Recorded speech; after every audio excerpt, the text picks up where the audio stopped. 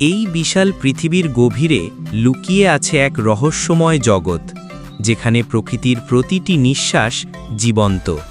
এখানেই দেখা যায় এক বিশালকায় প্রাণী, যেন প্রকৃতিরই এক অংশ। তার চলার পথে মাটি কেঁপে ওঠে। দূরে দেখা যায় সুউচ্চ পাহাড় আর ঘন বনানী। পাখির কলতান যেন প্রকৃতির বুকে এক ঐশ্বরিক সুর। হঠাৎ এক বিশালদেহী গরিলা সামনে এসে দাঁড়ায়। তার শক্তি আর দৃঢ়তা যেন বনের রাজত্বের প্রতীক। গাছের ফাঁকে একদল বানর, তারা সতর্ক, যেন কোনো অজানা বিপদ সামনে আসছে।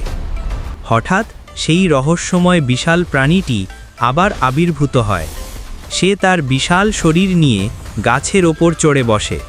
বানররা ভয় পেয়ে দ্রুত এক গাছ থেকে অন্য গাছে পালাতে থাকে। তারা বুঝে নেয় এই বিশাল প্রাণীর সামনেই টিকে থাকা অসম্ভব। সূর্য ডোবার সময় সেই বিশাল প্রাণীটি গাছের ওপর তার বিশাল শরীর নিয়ে বসে থাকে। সে যেন প্রকৃতির শেষ প্রহরী।